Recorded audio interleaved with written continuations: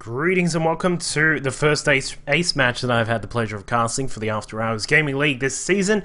We're in week number 3, of course, and fighting in this final match is going to be a rematch of, what we saw as one of the best Terran vs. Zerg games that I've had the pleasure of casting. Starting at the top left-hand side for Team Palantir. He is a red Terran and he's done a brilliant job in the previous game that he had. We will see AHGL. And his opponent down on the bottom right hand side, the blue Zerg, who was able to do his best in the previous game that these two players had, but unfortunately was not able to take the win. It is Rex Chapman. Alright, so there you go with the cool, crazy intro that I normally use when I'm live casting, but I decided to pull it out here for this this replay cast that we've got. Of course, guys, you can always jump onto AfterHoursGaming.tv and check out the live cast. Of course, some of the other casters here for AHGL are doing live casts. Because I'm in Australia and because it's a little bit far away and sort of the time when these guys play their game is a little bit offbeat for me, I do cast from the replays. Of course, some people were always asking about what this whole crazy arrow drawing stuff is. That is called SC2-Tactician. You can find it over at SC2tactician.com and use it for yourself. You do need to use it with XSplit and just certain other stuff that goes with it. I don't want to go into it too much, but yeah, so it is very cool to use while casting for sort of showing various things, cool things like that. Anyway, so what do we expect on this map?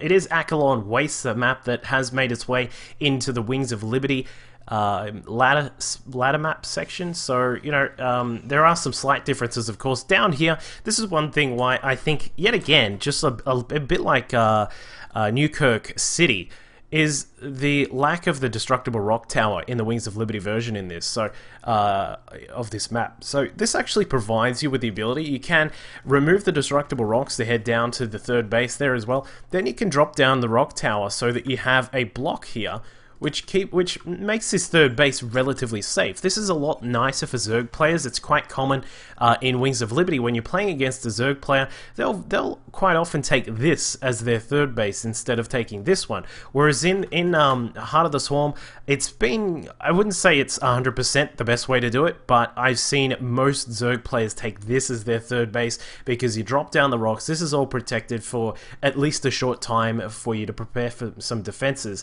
and you know, it's a little bit nicer just because it is closer to your natural, just a little bit further away. So we'll see if either of these guys like to go a different particular style here on this map. Of course, we did see Mech from AHGL in the previous game. He looks as if he is going to go for another Reactor Hellion-based opening. We'll see if he does continue on into the Mech style with a lot of Widow Mines. We also saw the tanks and the Thors, and later on into Battle Cruisers with some Ravens and all these kinds of cool things. It was a very exciting game between these two, so I am happy to see them both come out in the ace match. Of course, both teams will want to throw out these two awesome players so that they can have the best chance of winning. And I don't want to really place, you know, bets on anyone, but I really did like the way AHGL played. So I have a feeling, I don't know, we'll sort of see how he goes. Looks if we're not going to have a mech-based follow-up in this game. He is going to go for a bio style, throwing down a couple of extra racks down here inside the main base. We will have just a couple of Marines coming out. Not going to go too heavy on that for the moment, just wants to make sure that he's got his economy in a good footing. Meanwhile, for Rex Chapman, of course, continuing on to drone up with his droney drones, those larvae providing a lot of ability to crank out a lot of drones there. He's up to 26 at the moment, got a couple more on the way, 5 more in fact, along with Ling's speed. Has stopped mining the gas there at that the gas inside the main. So he's gotten Ling's speed out extremely quickly just to make sure that he has a lot of map control, because he will be dealing with things like these Hellions. There's always a possibility of Widow Mines being something that some Terrans like to throw out very quickly. And so having that link speed is a very good way of trying to deal with this kind of thing.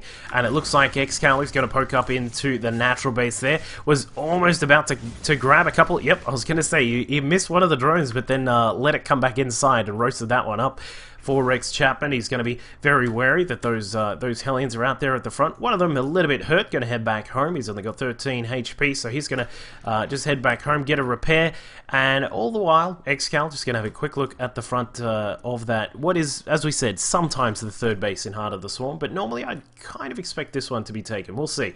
We'll see, because of course AHGL will be keeping a lot of map control at the moment. But with that, the mech style, not the play is going for this time. Of course, we do have Stim being researched. There is a reactor on 2 of these racks going up, so he is going to go up to quite a lot of marine production. A little bit surprised we don't actually see any form of wall here at his front door. He does have the added capacity that he can keep his opponent at bay for the moment, just because of these Hellions out on the map, but still, a little bit interesting to see that he hasn't even gotten started with a wall just yet. He will try and really downsize some of those creep tumors that are there. Almost got one, but unfortunately was not able to finish it off. The worker count, keep in mind, currently sitting at 39 to 29, so AHGL is starting to fall behind, as you normally do in TVZ, and of course in many of the matchups with Zerg in it. Of course, they are easily able to get a lot of drones up, but the third will get established by Rex Chapman just across to the right-hand side. Not content to bust down the rocks and take this third base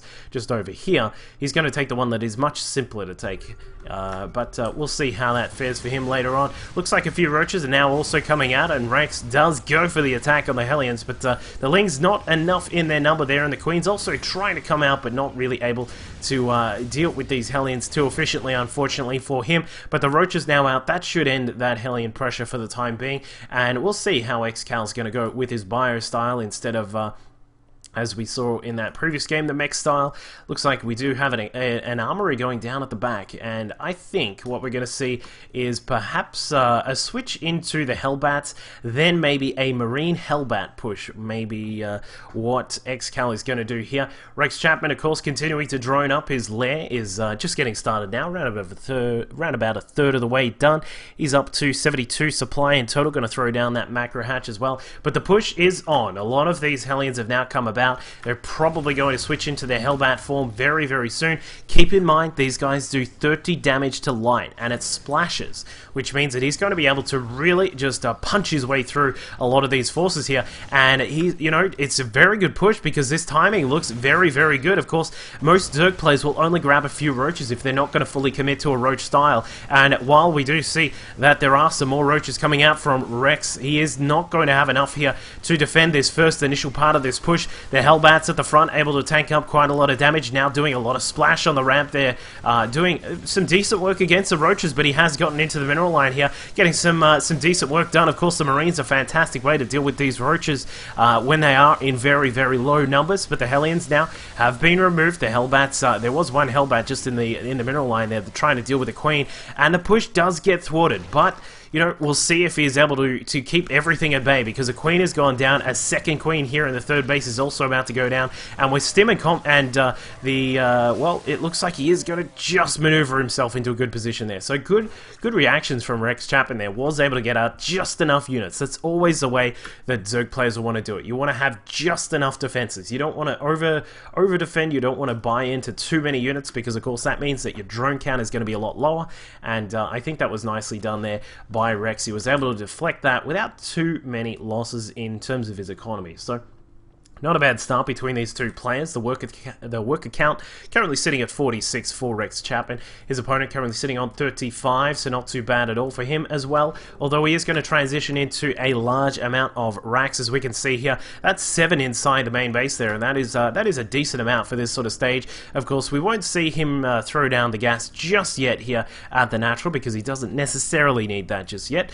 We'll be getting started on 1-1 upgrades, as we can see here at the double eBay inside the main. His no upgrades for his armory just as of yet, of course, because we aren't really relying on any of the factory units just as of yet. Just gonna get a couple of Hellions out, perhaps, maybe sort of throw in a few Hellbats every now and then, but not really gonna push into too much of that. And as we saw in game number, game number 3 between these two players, the creep spread from Rex Chapman, very, very decent. He's now moving along. You can see that new animation for the creep tumor bouncing along the creep there. It's very cool.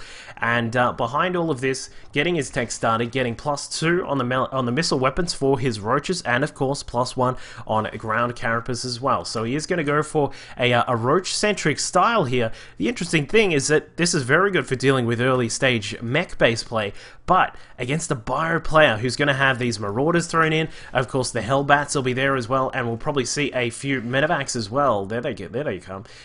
We will probably see a pretty interesting timing coming out of XCal. I would not be surprised to see him just jump along once 1-1 is ready, especially considering he's now going to have those 2 medevacs as well. So we'll see if he does go for that. It looks like this Overseer, or wherever it was able to find that there was a bio style coming out of XCal, so he is going to have to perhaps change things up. We do see Hydras getting built back at home for Rex, and he does have these roaches just poking out in the middle of the map. A couple going to stay here to protect that third base for now, and the roaches are going to trying to move into position here to defend against this push, but this is still, again, going to be quite a strong push. The Marines coming to the front. Of course, the Marauders doing the extra damage to the roaches there as well, but there are 14 roaches in production. A couple of Hydras are also ready. Bear in mind, these guys are about to get their +2 to weapons here. I feel like this is a little bit early for Rex to be pushing out, but regardless, he is able to do a fantastic job there. The fact that there is a lot of creep for him to maneuver on is just fantastic there. A medevac getting shot down. Look at that, the